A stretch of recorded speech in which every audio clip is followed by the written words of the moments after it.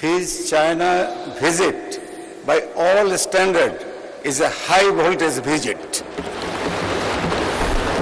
মাননীয় স্পিকার, আপনাকে ধন্যবাদ। বিসমিল্লাহির রহমানির রহিম। আমি প্রথমেই বলতে চাই, আমাদের লিডার, আমাদের প্রধানমন্ত্রী, উনি যে এখন মালয়েশিয়া এবং চায়না থেকে আসলেন, বিশেষ করে চায়নার কথা বলছি আমি, his China visit by all standard is a high voltage visit.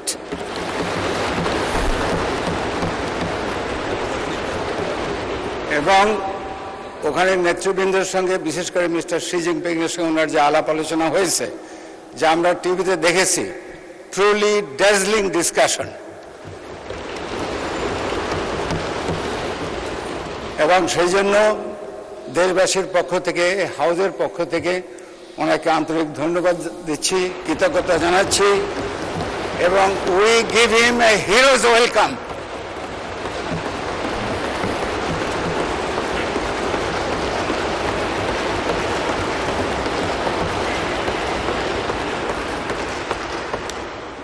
এদেশের জনগণের মধ্যে যারা সবচেয়ে বেশি খুশি হয়েছে, তার মধ্যে আমি একজন। মাননীয় স্পিকার, আমি চায়নাতে গিয়েছিলাম প্রথমবার আমার জীবনে 1966-এ, আর বর্তমানে চায়না বাংলাদেশ ফ্রেন্ডশিপ অ্যাসোসিয়েশনের আমি প্রেসিডেন্ট।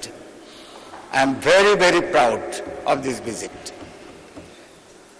মাননীয় স্পিকার, আমি স্মরণ করতে চাই মহান স্বাধীনতার ঘোষক, বহুদলীয় গণতন্ত্রের প্রবক্তা শহীদ প্রেসিডেন্ট জিয়াউর রহমান এবং গণতন্ত্রের মা তথা আপসী নেত্রী ম্যাডাম খালেদা জিয়া, ওনাদের বিদেহী আত্মার মাগফিরাত কামনা করছি। আমি মাগফিরাত কামনা করছি ৭১-এর শহীদ মুক্তিযোদ্ধাদের জন্য এবং ২৪-এর জুলাই যোদ্ধাদের জন্য। আর যারা এখন হসপিটালে অসুস্থ আছেন, মৃত্যুর সঙ্গে পাঞ্জা লড়ছেন, আমি তাদের সুস্থতা কামনা করছি।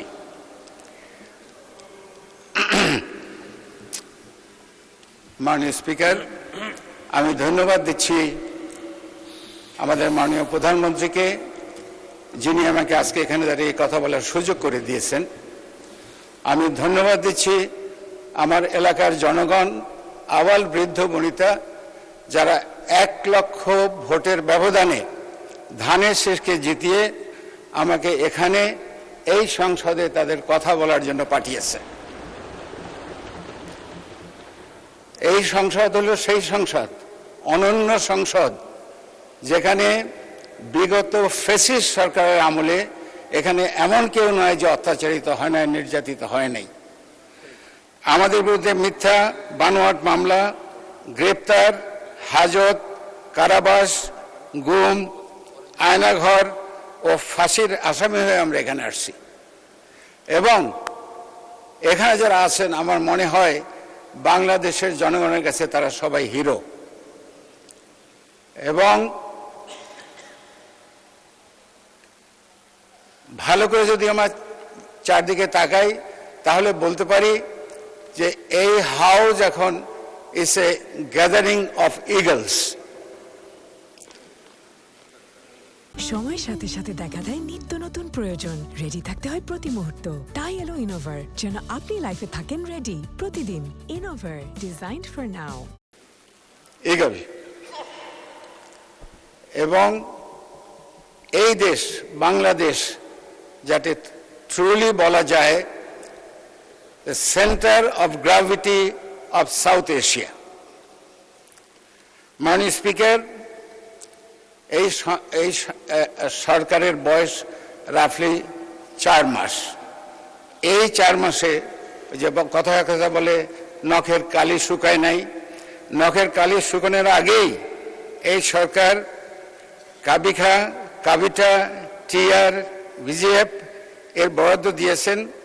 মসজিদ, মন্দির, গির্জা, প্যাগোডার জন্য অর্থ, ইমাম, মুয়াজ্জিম, ঠাকুর, পাদ্রী, ভান্তের জন্য ভাতা, বয়স্ক ভাতা, বিধবা ভাতা, মাতৃকালীন ভাতা, প্রতিবন্ধী ভাতা, তারপরে ফ্যামিলি কার্ড, হেলথ কার্ড, কৃষি কার্ড, কৃষি ঋণ মৌকুফ, সারি, টিউবওয়েল, যা গত ৫-৫০ বছরে কোনো সরকার দেয় নাই অথবা দিতে পারে নাই। মাননীয় স্পিকার, আমি ধন্যবাদ দিচ্ছি আমাদের ব্রিলিয়ান্ট ফাইন্যান্স মিনিস্টারকে, জনাব অরুণ খসরু মাহমুদ চৌধুরীকে, যিনি আমাদের প্রধানমন্ত্রীর প্রত্যক্ষ তত্ত্বাবধানে বিগত ফ্যাসিস্ট সরকার দ্বারা টোটালি ডিস্ট্রয়েড এবং বিধ্বস্ত অর্থনীতির উপর দাঁড় করিয়েছেন এই 234 পৃষ্ঠার 9,38,000 কোটি টাকার দুঃসাহসী গগনস্পর্শী বাজেট। আপনাকে ধন্যবাদ। এই সময়ের মধ্যে রাশিয়া ইউক্রেনের যুদ্ধ চলছিল, আমেরিকা, ইসরায়েল, ইরান, মধ্যপ্রাচ্যের যুদ্ধ চলছিল। এই ধ্বংসলীলা চলা সত্ত্বেও এই সময়োপযোগী যুগান্তকারী দুঃসাহসিক বাজেট প্রদান করার জন্য অর্থমন্ত্রীকে স্যালুট। মাননীয় স্পিকার, এই বাজেট শিশু বান্ধব budget. I am running short of time, আমাকে কাট ডাউন করতে হবে, আমি এলাকার কথা বলতে হবে।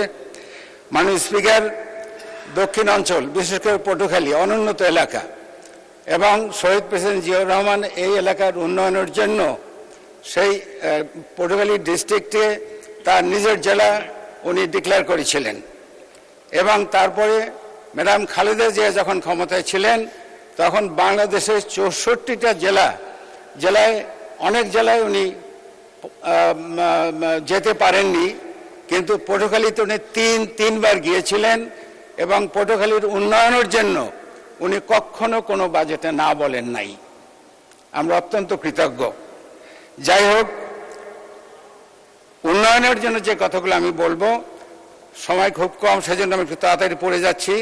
পটুখালী পৌরসভাকে সিটি কর্পোরেশনে উন্নীতকরণ, পটুখালী ইপিজেডকে কার্যকরীকরণ, 2,250 বেড হসপিটালকে 500-তে উন্নীতকরণ, লাইট প্যাসেঞ্জার বা হেলিকপ্টারের জন্য পটুখালী অথবা কলাপাড়ায় রানওয়ে করা, engineering college, textile engineering college, মহিলা cadet college, Patuakhali university of science and টেকনোলজিকে আন্তর্জাতিক মাত্রায় উন্নতিকরণ, মাদক নির্মূলে কার্যকর পদক্ষেপ, সন্ত্রাস নির্মূলে কার্যকর পদক্ষেপ, আইন শৃঙ্খলার জন্য প্রয়োজনীয় পুলিশ ফাঁড়ি, আধুনিক পার্ক, গৃহহীনদের জন্য আবাসনের ব্যবস্থা, মুক্তিযোদ্ধাদের জন্য বীর নিবাস, ছোট্টমণি নিবাস, ডে কেয়ার সেন্টার, তরুণদের জন্য যুব উন্নয়ন প্রকল্প, প্রবীণ নিবাস, ওল্ড হোম, বেকার সমস্যার সমাধান, নদী ভাঙ্গনের সমস্যার সমাধান, স্কুল, কলেজ, মাদ্রাসা